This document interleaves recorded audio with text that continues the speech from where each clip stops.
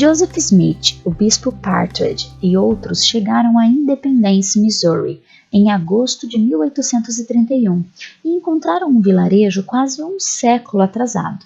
Oliver Cowdery e seus companheiros, missionários que serviam ali, só puderam batizar menos de 10 novos conversos.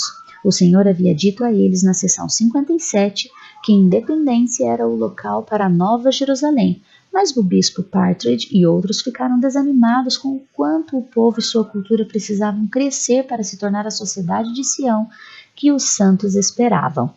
Os elders que viajavam de Ohio e os santos de Colesville chegaram alguns dias depois, e Joseph Smith recebeu a seção 58, que os orientava sobre o que fazer no condado de Jackson para construir a cidade sagrada de Sião.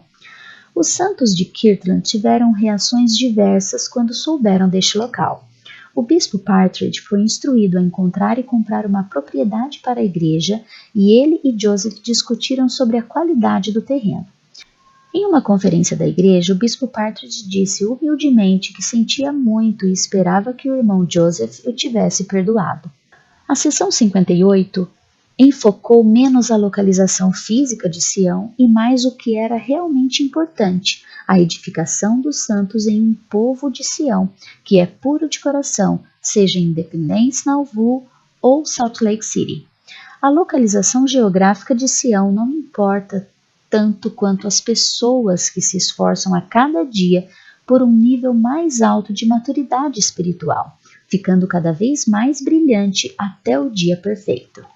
Os primeiros santos chamados a Sião estavam entusiasmados e otimistas para vir ao Missouri e ajudar a estabelecer os alicerces da Nova Jerusalém com suas bênçãos futuras prometidas. Mas a seção 58 também profetizou 3 vezes nos primeiros 4 versículos de muita tribulação antes de seu estabelecimento.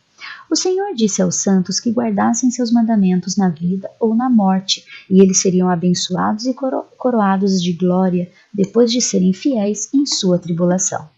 Os versículos 7 a 12 falam de uma grande visão de Sião preparando um banquete para o qual todas as nações serão convidadas, com primeiro os ricos, instruídos, sábios e nobres, e depois disso virá o dia do meu poder. Então os pobres, coxos, cegos e surdos entrarão nas bodas do Cordeiro e participarão da ceia do Senhor, preparada para o grande dia que está por vir.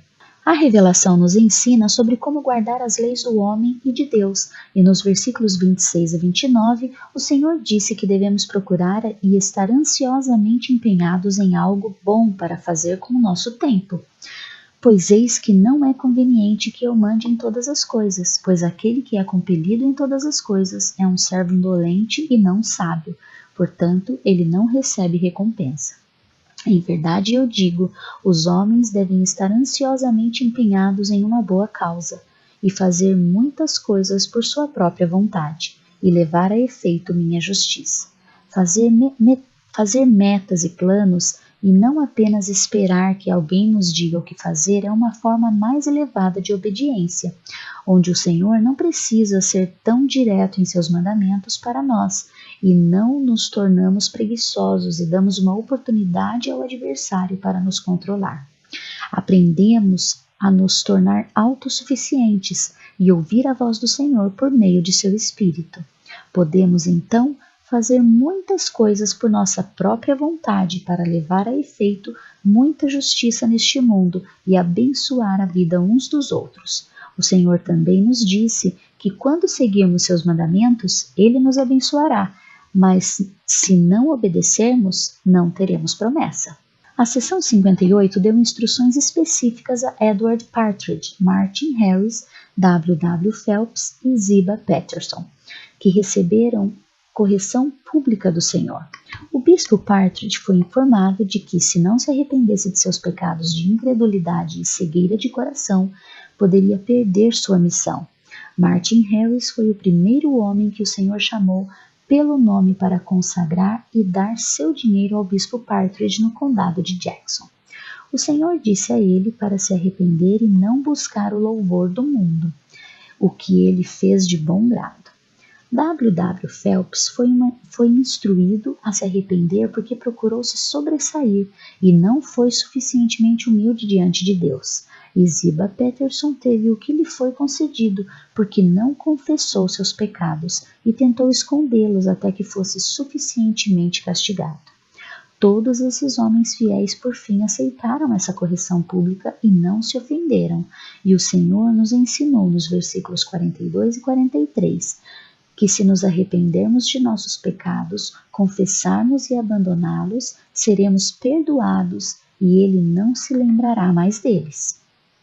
O bispo Partridge reconheceu humildemente suas próprias deficiências e inadequações em seu importante chamado. Ele pediu à sua esposa Lídia que orasse por ele para que ele não caísse e, como era ocasionalmente castigado, às vezes temia que seu chamado fosse mais do que ele poderia cumprir para a aceitação do Pai Celestial. Ele escreveu à esposa que seu grande desejo de voltar para casa foi superado por seu chamado e que o Senhor ordenou que sua família se juntasse a ele em Sião e confiasse em revelação pessoal para providenciar a mudança da melhor maneira possível. Ele tentou prepará-la para as muitas dificuldades que enfrentaria ao se juntar a ele no Missouri. Lídia orou e com muita fé embalou suas 5 filhas para fazer a difícil jornada, deixando para trás sua extensa família e amigos que não estavam dispostos a abandonar tudo por amor a Cristo e se reunir com os santos do Deus Altíssimo. Os elders foram instruídos a comprar terras para se preparar para a reunião dos santos no Missouri. Sidney Rigdon recebeu o mandamento de escrever uma descrição de Sião para enviar a eles, mas o Senhor rejeitou seu primeiro rascunho e disse-lhe que tentasse novamente. Ele consagrou e dedicou Sião em 2 de agosto, e em uma conferência que os santos deveriam realizar, Edward Partridge orou. Sidney Rigdon disse-lhes para obedecer à lei da consagração. Ziba Peterson confessou seus pecados e Joseph exortou-os a obedecer aos mandamentos do Senhor para que receba suas bênçãos prometidas. A revelação termina com os santos sendo instruídos a pregar o Evangelho ao mundo e construir Sião antes da segunda vinda do Senhor. A sessão 59 foi recebida em 7 de agosto de 1831, depois que os membros do ramo de Colesville, liderados por Newell Knight, chegaram ao Missouri. Sua mãe, Polly, esteve tão doente durante a viagem que ele comprou madeira para o caso de precisar fazer um caixão para ela.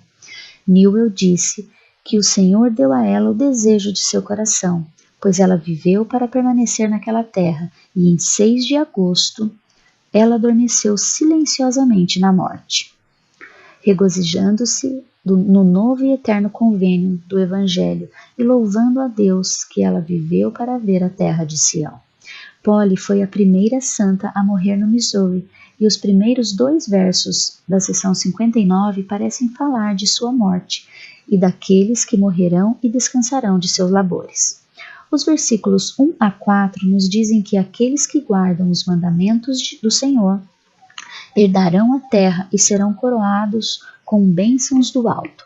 Revelações em nossa época e não poucos mandamentos que são um dom amoroso do Pai Celestial para abençoar, recompensar e inspirar-nos com felicidade e alegria.